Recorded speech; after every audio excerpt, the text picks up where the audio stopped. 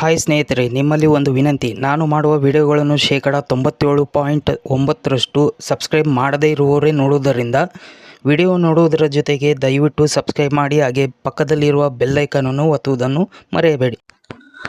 ಒಂದು ಮೊಟ್ಟೆಯ ಪ್ರಯೋಗ.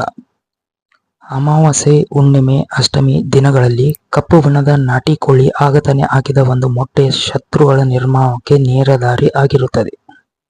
ಹೌದು, ಜೀವನದಲ್ಲಿ ನಾವು ಖುಷಿಯಿಂದ ಇರಬೇಕು, ಪ್ರೀತಿಯಿಂದ ಇರಬೇಕು, ಎಲ್ಲರೂ ಅಣ್ಣ ತಮ್ಮ ಅಕ್ಕ ತಂಗಿ ಅನ್ನುವ ಥರ ಇರಬೇಕು ಅಂತ ಬಯಸ್ತೀವಿ. ಆದರೆ ಅವರ ಮನಸ್ಥಿತಿಯಲ್ಲಿ ನಮ್ಮ ಬಗ್ಗೆ ಒಳ್ಳೆಯದು ಅಭಿಪ್ರಾಯ ಇದೆ ಅನ್ನುವುದು ನಮಗೆ ತಿಳಿಯುವುದಿಲ್ಲ.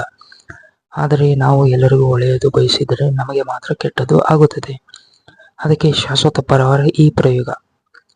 ಕಪ್ಪು ಬಣ್ಣದ ಕೋಳಿ ಆಗತಾನೆ ಹಾಕಿದ ಮೊಟ್ಟೆ ತೆಗೆದುಕೊಂಡು ದಕ್ಷಿಣದಲ್ಲಿ ಮುಖ ಮಾಡಿ ಕುಳಿತುಕೊಂಡು ಮೇಲೆ ಅವರ ಹೋಲಿಕೆ ಇರುವ ಒಂದು ಚಿತ್ರ ತೆಗೆದು ಅದರ ಮೇಲೆ ಇವರ ಹೆಸರು ಬರೆದು ಎಡಗೈ ಮೇಲೆ ಇಟ್ಟುಕೊಂಡು ಓಂ ಕ್ಲೀಂ ಶಂ ಟುಂ ನೀಂ ಪಂ ಪಟ್ ಸ್ವಾಹ ಅಂತ 9 ಬಾರಿ ಮಂತ್ರ ಪಠನೆ ಮಾಡಿ ಅದನ್ನು ಟೆರೆಸ್ ಮೇಲೆ ತೆಗೆದುಕೊಂಡೋಗಿ ದಕ್ಷಿಣ ದಿಕ್ಕಿನಲ್ಲಿ ಮುಖ ಮಾಡಿ ಪಶ್ಚಿಮ ದಿಕ್ಕಿನಲ್ಲಿ ಬಿಸಾಕಬೇಕು.